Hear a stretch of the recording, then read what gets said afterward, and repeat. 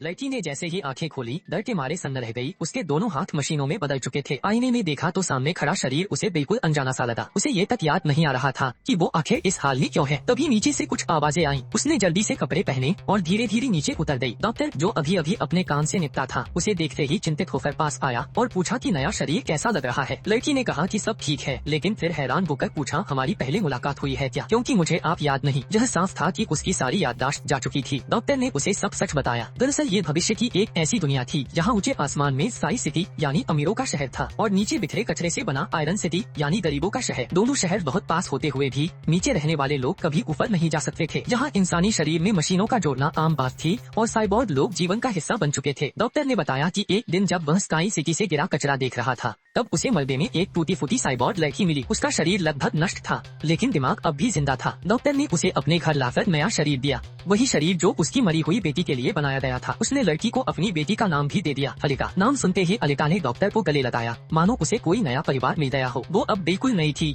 एक मासूम बच्ची की तरह दुनिया को देखने के लिए तैयार। एक दिन जब एक रोबोट सैनिक उसकी तरफ बढ़ा तो एक लड़के युगो ने उसकी मदद की। इसी मुलाकात से दोनों की दोस्ती शुरू हुई। वो दोनों शहर की गलियों में घूमते खेलते और सपने देखते। युगो का सबसे बड़ा सपना था स्काई सिटी जाना और उसने अलिका से कहा कि शायद वो पहले वही रहती थी। अलिका की यादें अब भी धुंधली थी। तभी उसे पता चला कि स्काई सिटी पहुंचने का एक ही रास्ता है, मोटरबॉल नाम की खतरनाक और जानलेवा रेस जीतना। जहाँ सिर्फ एक नियम था, कोई नियम नहीं। जान जोखिम में डालने वाली इस रेस से अलिका और भी ज्यादा आकर्षित हो गई। एक रात अलिका ने डॉक्टर को चुपके से देखा जो किसी हथियार के साथ बाहर निकला था। पता चला कि डॉक्टर असल में एक बाउंटी हंटर था जो खतरनाक अपराधियों को मारता था। उसी रात अलिका ने भी अपनी ताकत दिखाई। उसने अकेले ही खतरनाक साइबोर्ग दुश्मनों को हरा दिया। डॉक्टर ने तब उसे अपनी बीती जिंदगी बताई, कैसे उसकी बेटी की मौत हुई और पत्नी ने उसे छोड़ दिया। तभी से वो शिकारी बन गया। उसने ये भी बताया कि अलिका की ताकत का राज उसका दिल है, एक माइक्रो रिएक्टर जो पूरे आयरन सिटी को 20 साल तक चला सकता है। इसी बीच दुश्मनों को भी अलिका की असली शक्ति का पता चल गया। उन्हें आदेश मिला कि किसी भी तरह उसका दिल निकालकर स्काई सिटी भेजा जाए।